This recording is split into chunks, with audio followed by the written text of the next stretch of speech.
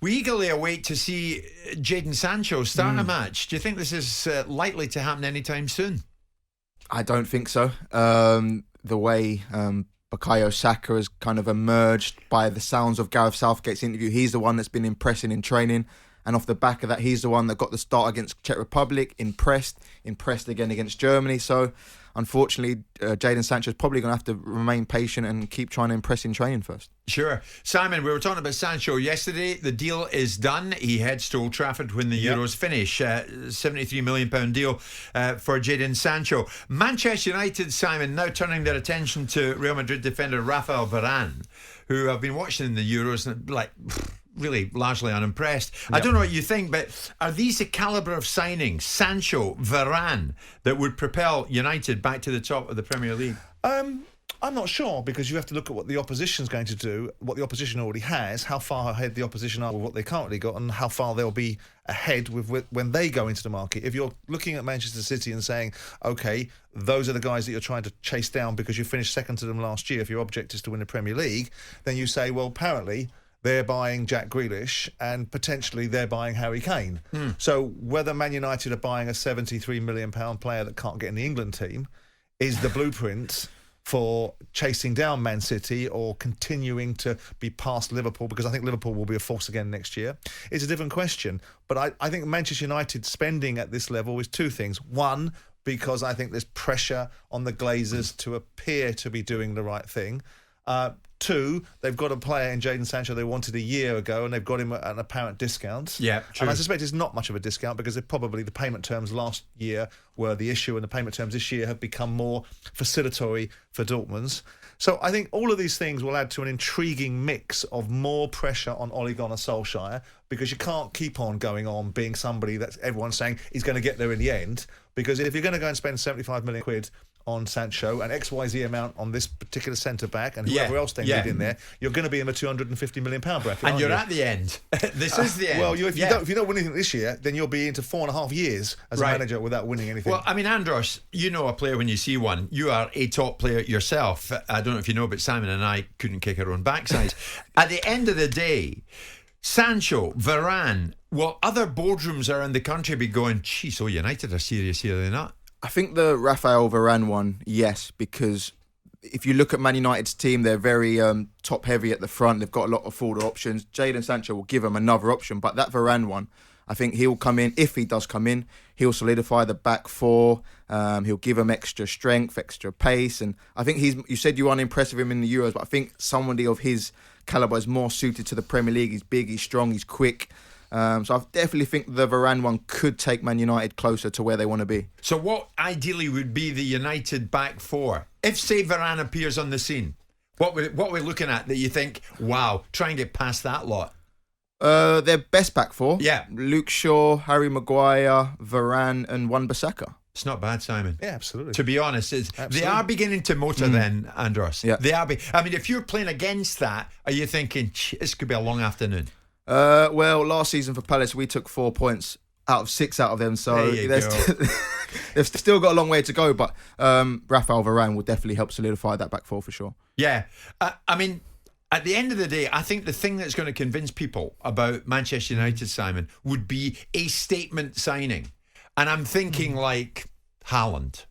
A statement signing. Sancho, we know they've been at for a while, and sure, as you rightly say, they've got him for less than they were prepared to pay last time around. They've got a few things to do, haven't they? Varane's not a statement. They've got to decide what they're doing with Pogba, because Pogba's got a year left on his contract, and that situation needs to be dealt with. They probably, I know this argument is being run against me because I don't know what Andros thinks about Mason Greenwood, but I don't know if Mason Greenwood is a centre forward, and people are suggesting to me that Mason Greenwood is a centre forward, and the reasons why Jadon Sancho is being bought is because that's where Mason Greenwood's going to go. And I don't know what you think of that as a player in terms of looking at Mason Greenwood, where his best position is. For me, having watched him play, I think his best position is off that right, coming inside onto his left foot, going on the outside onto his right foot, which is equally as good. Yeah, so I would probably agree with you on that one. So then you look at that and say that, okay, let's say we're in accordance with that, then you don't have a goal machine at Manchester United, because I don't think Rashford is a natural goal scorer. I don't think he'll get you 25, 27, 28 goals a season. I may be wrong, but if you're going to go after these teams like Manchester City, then for me, the way Manchester United are, they don't play the way Man City do. So they are going to play a way that needs a goal scorer. And I think Bruno Fernandes is an interesting one because there's this constant accusation, and yet again in the Euros, that when it comes to the big stage, it's a difficult one to odds, isn't it? Because he's such a powerful influence on Man United, and it's unarguable that since he's arrived, their performances have excelled. But when it comes to the big stage, the big games, the big opportunities, Bruno Fernandes seems to go missing. And those are the times when Manchester United need a Bruno Fernandes. They needed a Bruno Fernandes to play well against Villarreal. He did in the didn't, Euros. did That's right. It's a good point you made. I think for me, Pogba's the one. Watching Pogba's performances in the Euros, outstanding. Manchester United need to find a way to get Pogba to replicate his form for United, whether that be more runners in behind, somehow getting him more on the ball in the areas he likes to get on the ball. So for me, that's the interesting one, whereas for me, he's been the best player of the tournament. So but bringing in Sancho, and then if they do it, bringing in Varane, does it make United potential champions in your eyes, Andros? It takes them closer. I think for me last season, even still, I think Man City and Liverpool, when they're fully fit, are still away from the rest. Chelsea have closed the gap. I think Chelsea can get themselves into that debate next season. United probably still slightly off, but I think it gets them closer, definitely, to where they were, to where they want to be. Closer, but not close enough.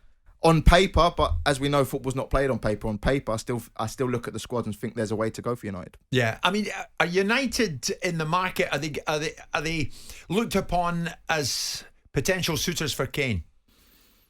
I don't know, because I think if Kane, if he does want to leave Spurs, he'll want guaranteed trophies. Can you say Manchester United at the moment is guaranteed trophies? Probably not. The fact that they've given Cavani another year, maybe they're accepting this season we can't attract a top striker. Let's give Cavani an extra year and see where we are next summer. So for me, probably not. I mean, I just wonder what Harry thinks this morning in the knowledge of they've got Sancho and they might be getting Varane. I mean, does that swing it for him? Does he think, yeah, they're serious? They're serious about it?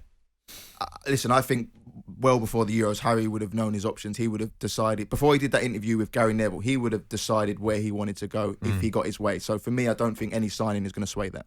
You talk to top footballers all the time, Andros Townsend. No pressure. Where's he going?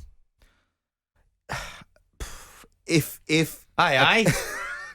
One, I don't know. Come on. You do. It's going to be a tough negotiation with Daniel Levy, but I think if a club is able to get it through the line, it will be Man City. There you go. There you go. Probably right, but the fact of the matter is that Daniel's alighted upon Nuno Espirito Santo rather than Antonio Conte. Yeah. Again, empowers Daniel, because Daniel is going to sit there and he's going to tell Manchester City, if you want to buy Harry Kane, then you're going to pay the price that I tell you. And I don't really care what Harry has to say about it. You're going to pay the price I tell you. And if you meet that price, then Harry Kane can go wherever he wants. And rightly so. And rightly so. So in the interest of the opportunity, I think the only people that can probably tick that box are Manchester City. Right. Whether they're going to or not is another matter, because if they're going to do Grealish and they're going to do Kane, and I know all of these things are coulda, woulda, shoulda, we'll see if they actually get done.